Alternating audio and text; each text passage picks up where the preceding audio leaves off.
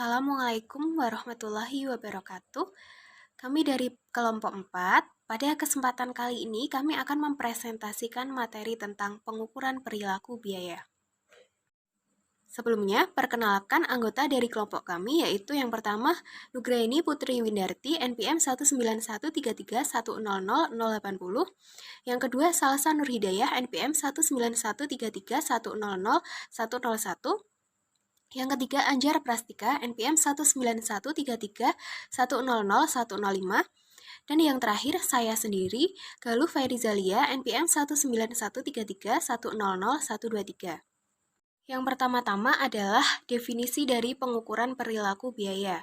Yang dimaksud dengan pengukuran perilaku biaya yaitu memahami dan mengkuantifikasi bagaimana aktivitas organisasi mempengaruhi tingkat biayanya. Karena setiap aktivitas itu menggunakan sumber daya dan sumber daya itu memiliki biayanya. Dan kita mengukur hubungan antara aktivitas dan biaya ini dengan menggunakan pemicu biaya.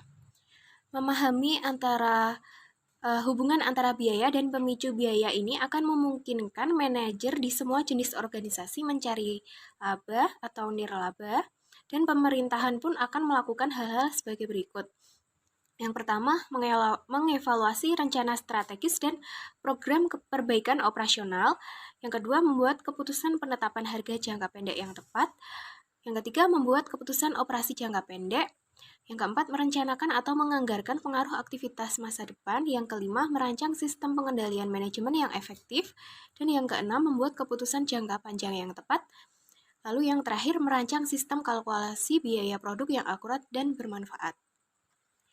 Jadi dapat disimpulkan bahwa pengukuran perilaku biaya ini akan memberikan manfaat yang sangat besar, terutama dalam pengambilan keputusan yang tepat. Pada slide selanjutnya, terdapat pemicu biaya dan perilaku biaya. Pada bab ini, kita berfokus pada biaya yang dimana pemicu biaya utamanya adalah volume atau sumber daya atas produk yang dibuat atau jasa yang disediakan. Lalu ada dua perilaku biaya. Yang pertama adalah perilaku biaya linear atau linear cost behavior. Yang artinya yaitu adalah aktivitas yang dapat digambarkan dengan garis lurus karena biaya diasumsikan bersifat tetap atau variabel. Pada slide selanjutnya ini, saya tampilkan grafik peraga 3 strip 1 yang menunjukkan perilaku biaya linear, rentang yang relevan, dan pemicu biaya aktivitas atau sumber daya. Untuk penjelasannya, pada sumbu Y ada biaya yang diasumsikan bersifat tetap atau variabel, dan pada sumbu X adalah pemicu biaya atau sumber daya, sehingga terbentuk kurva linear atau yang berupa garis lurus. Lalu ada rentang relevan. Rentang relevan ini menyatakan interval atau jarak aktivitas pemicu biaya di mana hubungan spesifik antara biaya dan pemicunya akan valid. Selanjutnya, pola perilaku biaya yang kedua, yaitu pola perilaku biaya bauran.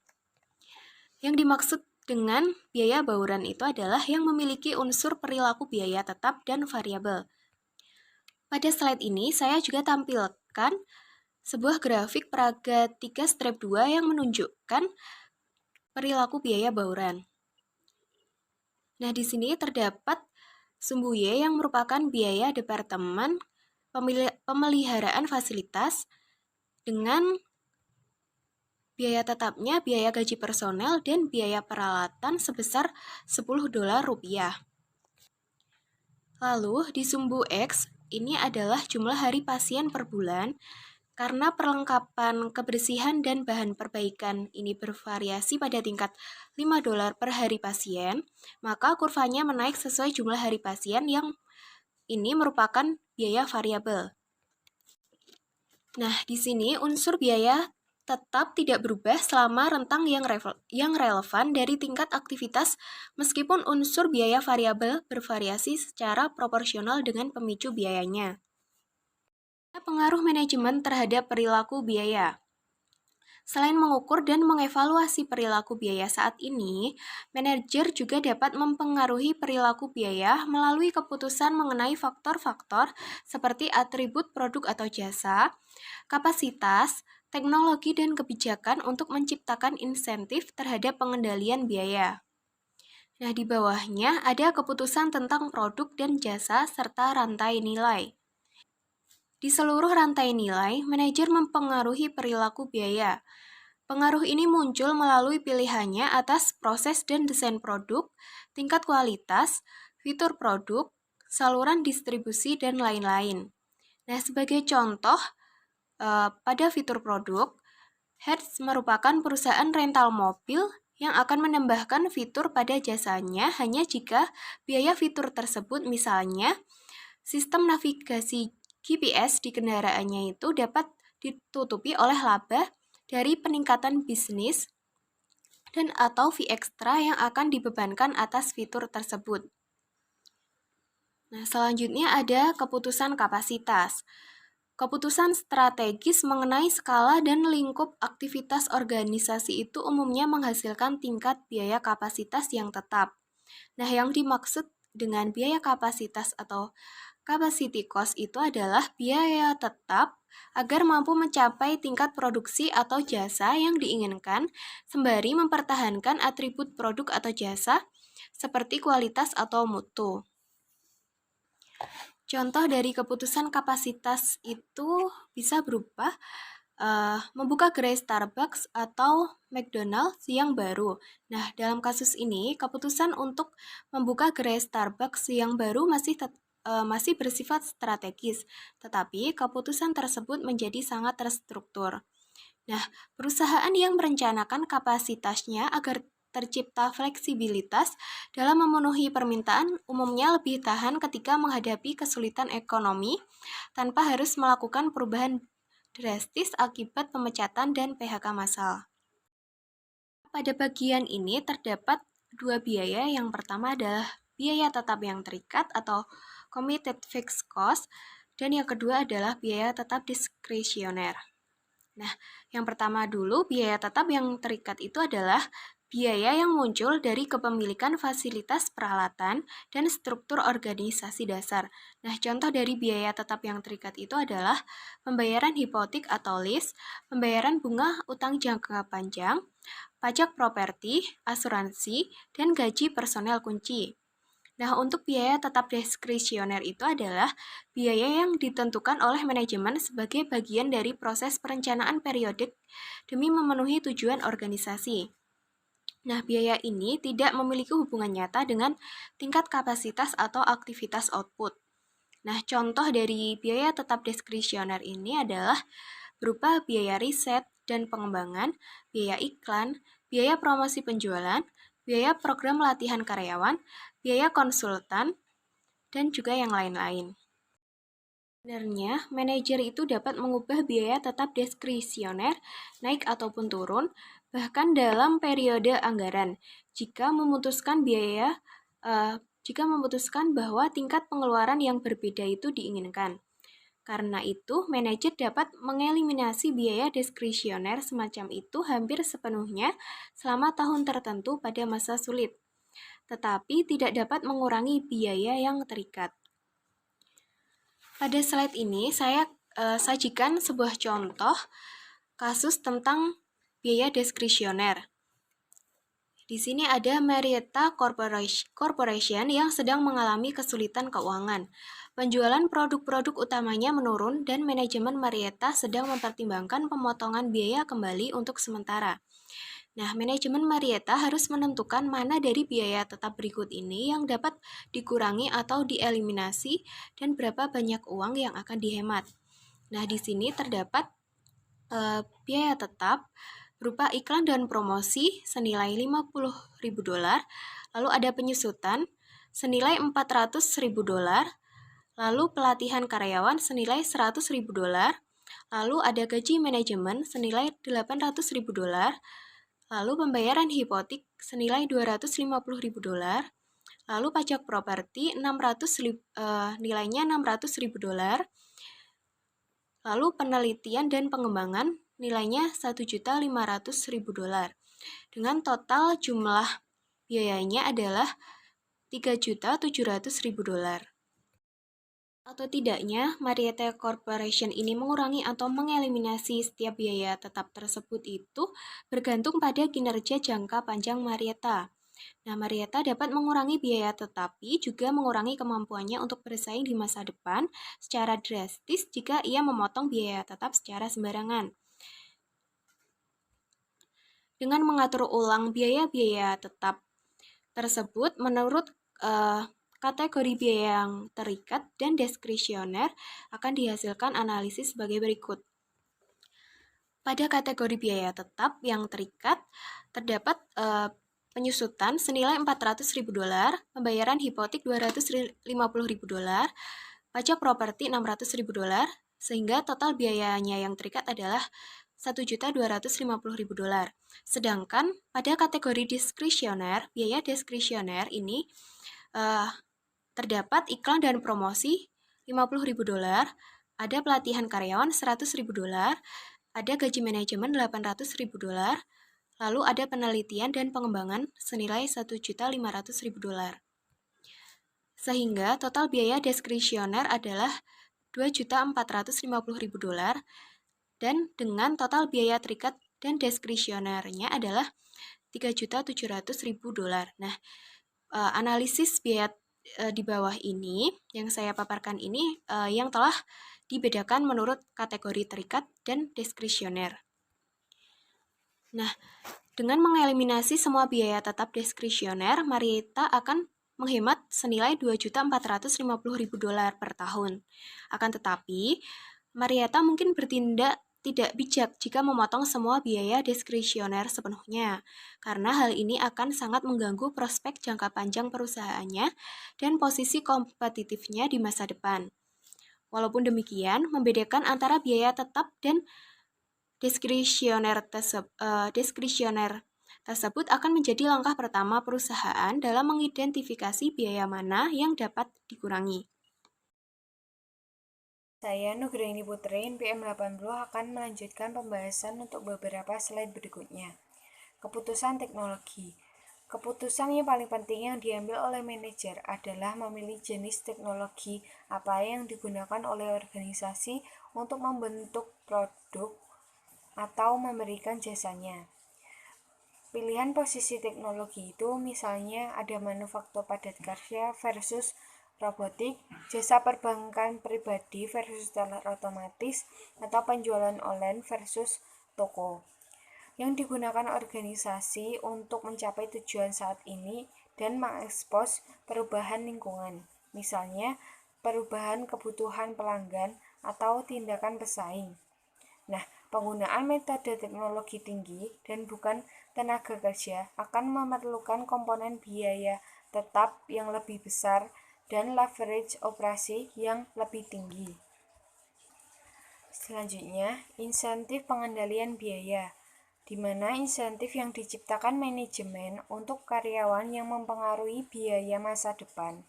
Manajer menggunakan pengetahuannya tentang perilaku biaya untuk menetapkan ekspektasi biaya, dan karyawan mungkin menerima kompensasi atau imbalan lainnya yang terkait demi memenuhi kebutuhan ekspektasi tersebut. Fungsi biaya. Manajer sering menggunakan fungsi biaya sebagai alat perencanaan dan pengendalian. Berikut alasannya mengapa manajer menggunakan hal tersebut. 1. Karena perencanaan dan pengendalian adalah aktivitas organisasi yang memerlukan estimasi yang akurat dan bermanfaat atas biaya tetap dan variabel masa depan. 2. Memahami hubungan antara biaya dan pemicu biayanya akan memungkinkan manajer di semua jenis organisasi yang mencari laba, nirlaba, dan pemerintah untuk membuat keputusan organisasi, pemasaran, dan produksi yang lebih baik, untuk merencanakan dan mengevaluasi tindakan, serta untuk menentukan biaya yang tepat bagi keputusan jangka panjang dan jangka pendek. Nah, langkah pertama dalam mengestimasi atau memprediksi biaya adalah pengukuran biaya, yaitu mengukur biaya perilaku biaya sebagai fungsi pemicu biaya yang tepat.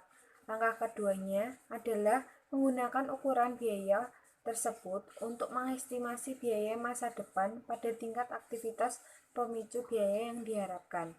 Kita memulai dengan melihat bentuk fungsi biaya dan kriteria dalam memilih pemicu biaya yang paling tepat. Bentuk fungsi biaya, di mana untuk menguraikan hubungan antara biaya dan pemicu biayanya, manajer menggunakan persamaan aljabar atau yang disebut dengan fungsi biaya. Jika hanya ada satu pemicu biaya, fungsi biaya serupa dengan hubungan CVV yang sudah dibahas di bab 2. Nah, mari kita perbandingkan biaya bauran yang digambarkan pada paragraf 3-2, yaitu biaya Departemen Pemeliharaan Fasilitas, di mana biaya pemeliharaan fasilitas bulanan sama dengan biaya pemeliharaan tetap bulanan ditambah biaya pemeliharaan variabel bulanan sama dengan biaya pemeliharaan tetap bulanan ditambah dalam kurung biaya variabel per hari pasien dikali dengan jumlah hari pasien pada bulan tersebut, menghasilkan fungsi biaya bauran sebagai Y sama dengan F tambah V kali X, di mana Y sama dengan $10.000 ditambah dengan $5 dikali X. Nah, fungsi biaya bauran ini memiliki bentuk garis lurus yang familiar, disebut dengan fungsi biaya linier.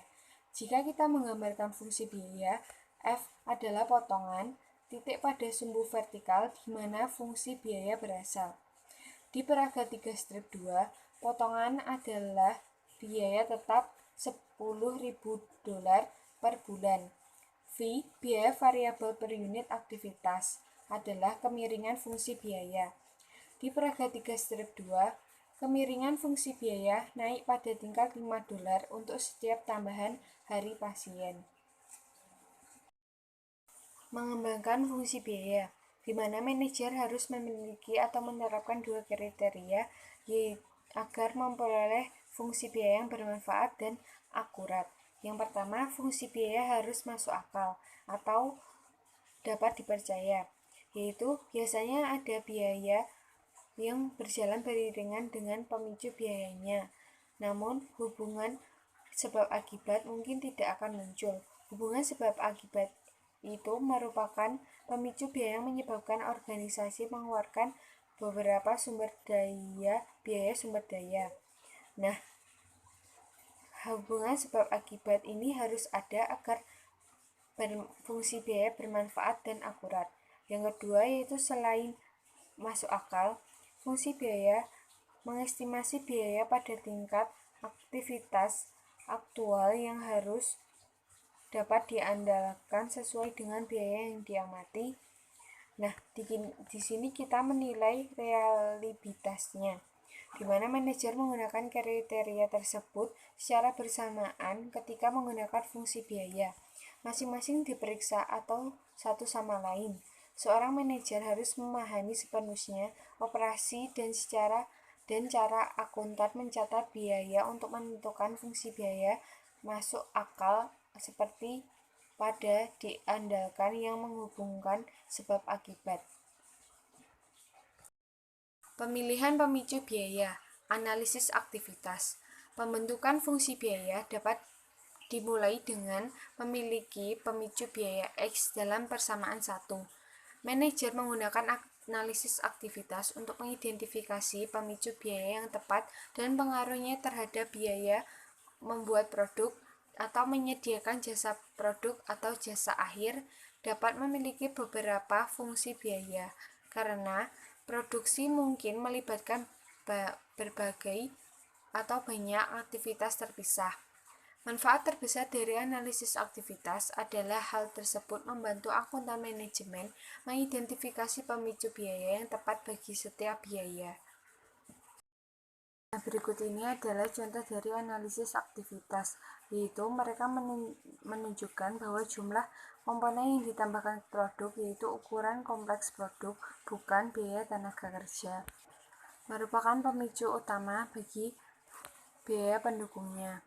Nah, Northwestern mengestimasi biaya pendukungnya sebesar $20 per komponen. Mozart Plus memiliki 5 suku cadang komponen dan PowerDrive memiliki 9. Nah, misalkan Northwest ingin memprediksi seberapa banyak biaya pendukungnya yang akan dikeluarkan dalam membuat satu Mozart Plus dan beberapa untuk PowerDrive dengan menggambarkan pemicu biaya lama, yaitu biaya tenaga kerja. Prediksi biaya produk akan menjadi seperti berikut, yaitu biaya tenaga kerja per unit sebelumnya untuk Mozart Plus yaitu $8.500, sedangkan PowerDrive yaitu $330.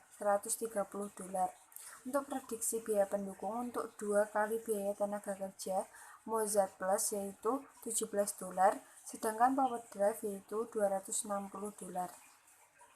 Dengan menggunakan pemicu biaya yang lebih sesuai berdasarkan proses produksi baru, jumlah komponen yang ditambahkan ke produk, yaitu prediksi biaya pendukung, adalah sebagai berikut, yaitu prediksi biaya pendukung pada $20 per komponen.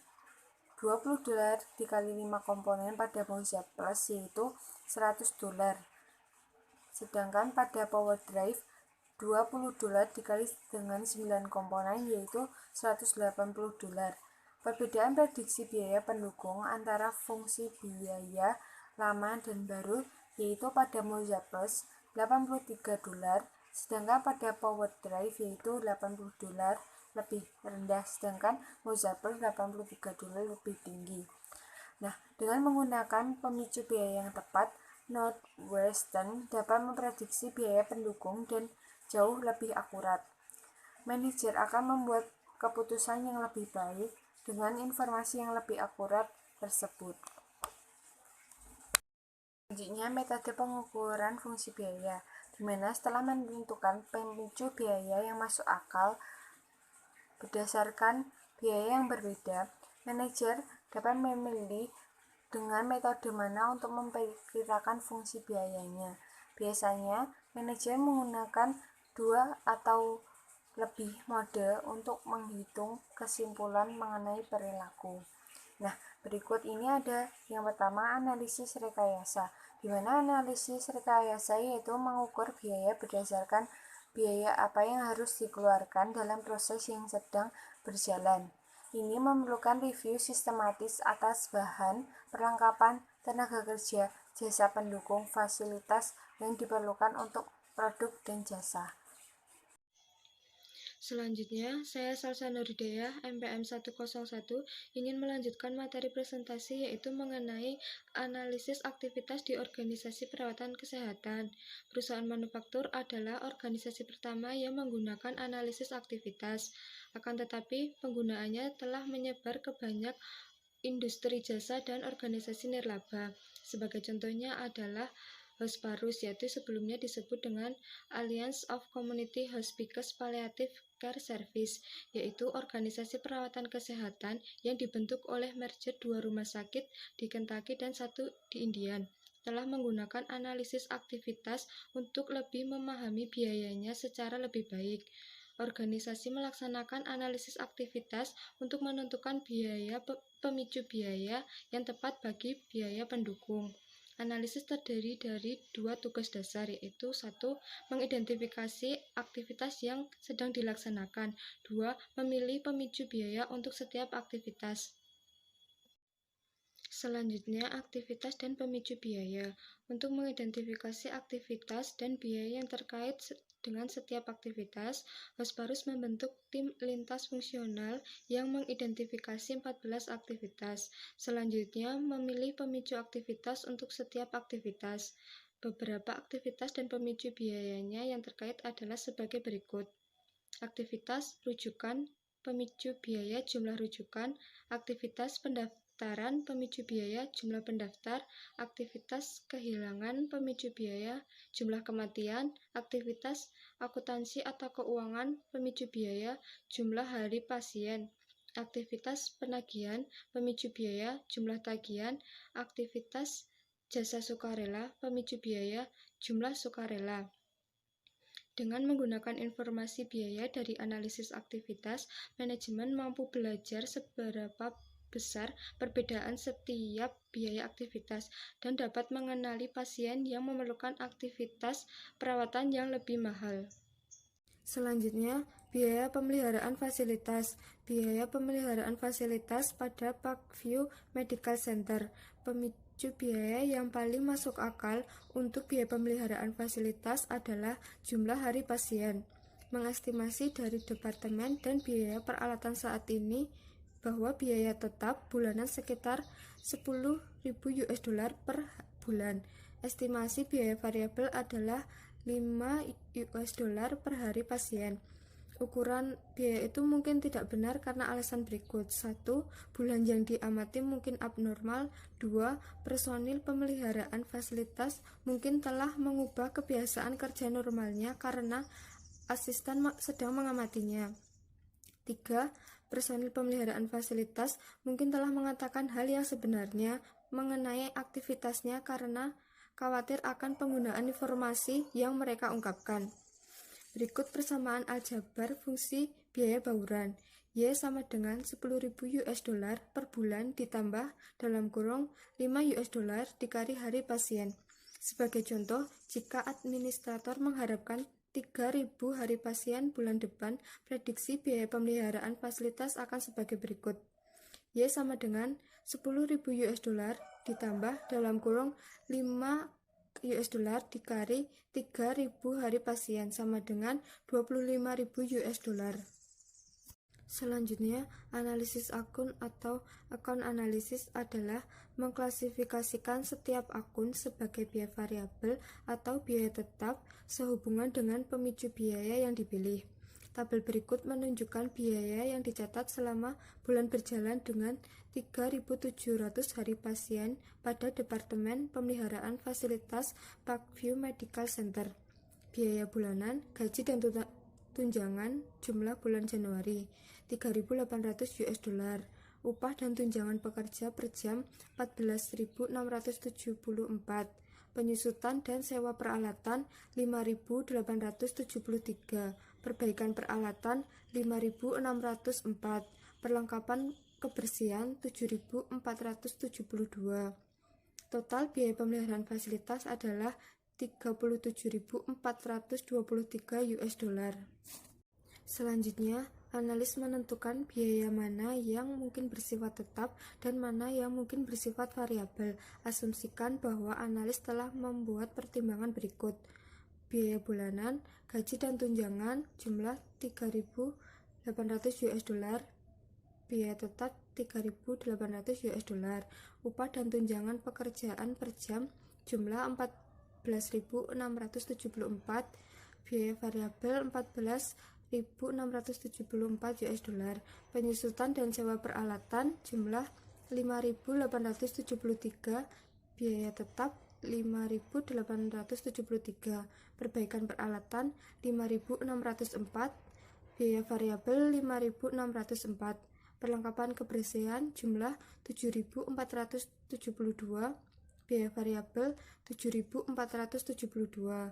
Total biaya pemeliharaan fasilitas jumlah 37.423 US dollar.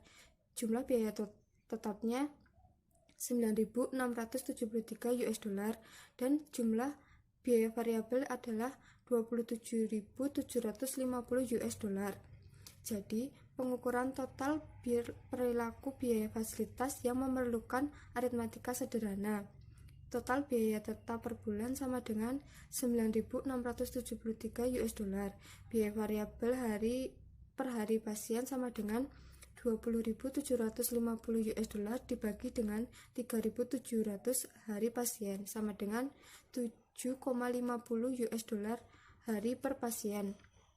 Fungsi aljabar biaya bauran yang diukur oleh analisis akun adalah Y sama dengan 9.673 per bulan US dollar ditambah dalam kurung 7,50 US dollar kali hari pasien. Metode analisis akun lebih murah dilaksanakan ketimbang analisis rekayasa, tetapi memerlukan pencatatan akun biaya dan pemicu biaya yang relevan. Selain itu, seperti analisis rekayasa, analisis akun bersifat subjektif karena analisis yang memutuskan apakah biaya bersifat variabel atau tetap berdasarkan pertimbangannya sendiri. Selanjutnya, metode tinggi rendah, visual fit, dan least squares. 3 metode yang paling populer adalah tinggi rendah, visual fit, dan least squares.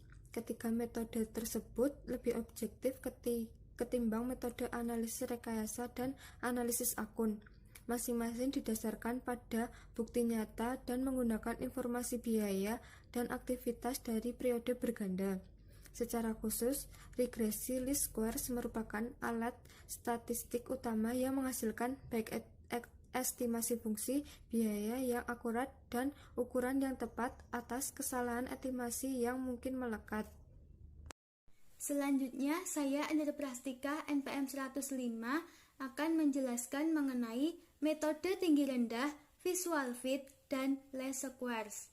Tabel berikut menunjukkan data bulanan Parkview Medical Center yang telah berhasil dikumpulkan mengenai biaya Departemen Pemeliharaan Fasilitas dan jumlah hari pasien yang dilayani selama tahun lalu, yang akan digunakan untuk membahas metode tinggi rendah, visual fit, dan regresi least square. Selanjutnya yaitu metode tinggi rendah. Metode tinggi rendah itu merupakan metode sederhana untuk mengukur fungsi biaya linear dari data masa lalu yang berfokus pada titik aktivitas tertinggi dan aktivitas terendah dan menyesuaikan garis melalui kedua titik tersebut. Nah, pada peraga 3 strip 3 ini merupakan grafik metode tinggi rendah, di mana sumbu X itu menunjukkan aktivitas jumlah hari pasien dan sumbu Z itu menunjukkan biaya Departemen Pemeliharaan Fasilitas. Titik di mana garis yang menyinggung sumbu Y adalah perpotongan yang dilambangkan huruf F. Itu merupakan garis putus-putus dan di situ menunjukkan pada titik 7.270 US dollar. Dan untuk titik terendah pada aktivitas terdapat pada titik 1.200 dan pada biaya departemennya itu terdapat pada titik 17.000. Dan untuk titik tertinggi pada aktivitas terdapat pada titik 4.900 dan pada biaya departemen terdapat pada titik 47.000. Sehingga menghasilkan kemiringan 30.000 US dollar dibagi 3.700 yang hasilnya 8,108 US dollar per hari. Nah, untuk menghitung 30.000 itu didapat dari 47.000 dikurangi 17.000. Dan untuk 3.700 itu didapat dari 4.900 dikurangi 1.200. Selanjutnya yaitu untuk mengukur perpotongan dengan metode tinggi rendah dengan menggunakan aljabar. Di situ sudah ada tabel yang menunjukkan biaya tertinggi dan biaya terendah. Nah, pada tabel tersebut untuk biaya Departemen Pemeliharaan Fasilitas tertinggi sebesar 47.000 US dollar dan jumlah hari pasiennya itu 4.900. Untuk biaya terendahnya itu 17.000 dan jumlah hari pasiennya itu 1.200. Sehingga untuk biaya dapat menghasilkan perbedaan 30.000 US dollar dan jumlah hari pasiennya itu perbedaannya 3.700. Nah, untuk mencari biaya variabel per hari pasien itu menggunakan rumus V sama dengan perubahan biaya dibagi perubahan aktivitas. Nah, di situ perubahan biayanya 47.000 US dollar dikurangi 17.000 US dollar yang akan menghasilkan 30.000 US dollar. Dan untuk perubahan aktivitasnya yaitu 4.900 dikurangi 1.200 per hari pasien yang akan menghasilkan 3.700. Sehingga 30.000 US dollar dibagi 3.700 itu menghasilkan 8,1081 US dollar per hari pasien. Selanjutnya untuk menghitung biaya tetap per bulan yaitu F sama dengan total biaya bauran dikurangi total biaya variabel. Pada X tertinggi F sama dengan 47.000 US dollar dikurangi 8,1081 US dollar dikali 4.900 hari pasien itu menghasilkan 47.000 US dollar dikurangi 39.730 US dollar yang akan menghasilkan 7.270 per bulan. Pada X terendah F sama dengan 17.000 US dollar dikurangi 8,1081 US dollar dikali 1.200 US dollar per hari pasien itu akan menghasilkan 17.000 US dollar dikurangi 9.730 US dollar yang akan menghasilkan 7.270 US dollar per bulan. Karena itu, fungsi biaya Departemen Pemeliharaan Fasilitas yang diukur dengan metode tinggi rendah adalah Y sama dengan 7.270 US dollar per bulan ditambah 8,1081 US dollar dikali hari pasien. Selanjutnya yaitu metode visual fit. Metode visual fit merupakan metode di mana analis biaya secara visual menyesuaikan garis lurus melalui plot semua data yang tersedia. Nah, pada peraga 3 strip 4 ini menunjukkan metode diterapkan pada data biaya Departemen Pemeliharaan Fasilitas selama 12 bulan terakhir dengan mengukur di mana garis bersinggungan dengan sumbu biaya. Nah, di sini perpotongannya F yaitu berada pada titik 10.000 US dollar per bulan dan untuk total biayanya yaitu terdapat pada titik 17.000 US dollar sehingga menghasilkan kemiringannya V sama dengan 7.000 US dollar dibagi 1.000 sama dengan 7 US dollar per hari pasien. Dan untuk menentukan biaya variabel per hari pasiennya adalah ini dimisalkan dalam kasus biaya tetapnya itu 10.000 per bulan dan jumlah pasiennya itu 1.000 hari pasien dengan total biaya 17.000. Untuk mencari biaya variabel per hari pasiennya yaitu 17.000 US dollar dikurangi 10.000 US dollar dibagi 1.000 hari pasien sama dengan 7 US dollar per hari pasien. Sehingga fungsi biaya yang diukur oleh metode visual fit adalah Y sama dengan 1.000 US dollar per bulan ditambah 7 US dollar dikali hari pasien.